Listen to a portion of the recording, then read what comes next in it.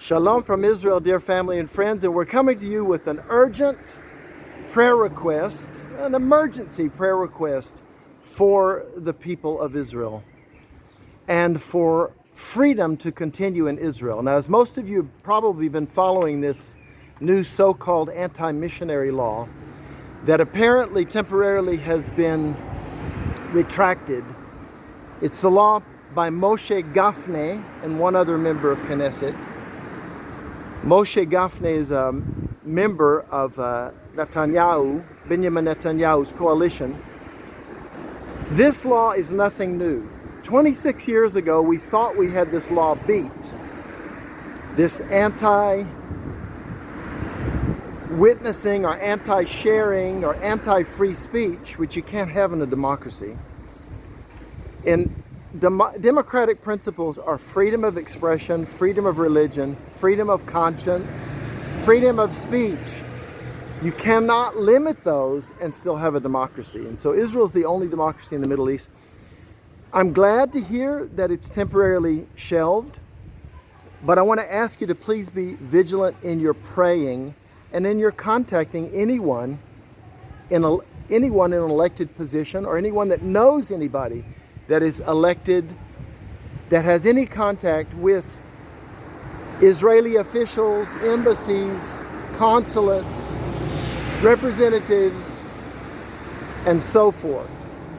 Okay, because we need to keep this issue. We don't need to get lax, because this issue will come back up. What they're saying right now, and what several Christian outlets have said, and people that get way more views than I do. I don't get very many views. But what they've said is basically Benjamin Netanyahu has promised us that he will not let this happen. And I just want to remind everybody that in 1997, 26 years ago, Benjamin Netanyahu, the same bill by the same member of Knesset, Moshe Gafne, was launched. Benjamin Netanyahu promised all evangelical leaders everywhere. He even promised the King of Norway. If it moved, if it was in contact with him, he promised them that he would not let this bill become law to limit freedom of speech and freedom of religion in Israel. And when it came right down to it, and it was voted on in the Knesset, and I saw this sitting in my living room in 1997 or 98. You can check Google as to when the actual final law was voted on. But when it came right down to it, after Benjamin Netanyahu had promised the whole world that he would oppose this law, he reached over, and there's a button for yes and there's a button for no. He reached over and voted for the law. So don't say Benjamin Netanyahu is not going to let this happen, because last time he voted for it after promising everyone that he would keep it from becoming law. Well, it didn't become law, it didn't pass, but so I don't know what's going to happen this time, but let's remain vigilant. And these Christian outlets that are saying, no, Benjamin Netanyahu has always been a friend of evangelical. Yes, that's right for the most part, but it is not 100% right, because he voted for the Gafne anti-missionary law last time. He voted for it. He voted for it after promising everyone that he would oppose it. So is the same going to happen this time? I don't know. I feel pretty certain that even though it's temporarily shelved, this is going to come back. It's like a bad penny. It's just going to keep on popping up. So I feel like it's going to keep coming up, and eventually it will be passed, I believe. Of course, that's conjecture, talking about the future. I don't know. I'm not a prophet, nor the son of a prophet, but that's what I think. I think that it will pass eventually. And that's really sad for me, because Israel will at that point cease to be a democracy. And so this is the type of thing they have in China, North Korea, in communist places, okay? Not free Israel. So continue to pray for the peace of Jerusalem. Pray for the salvation and for the protection of the Jewish people. And pray that all believers here in Israel continue to speak the truth in love.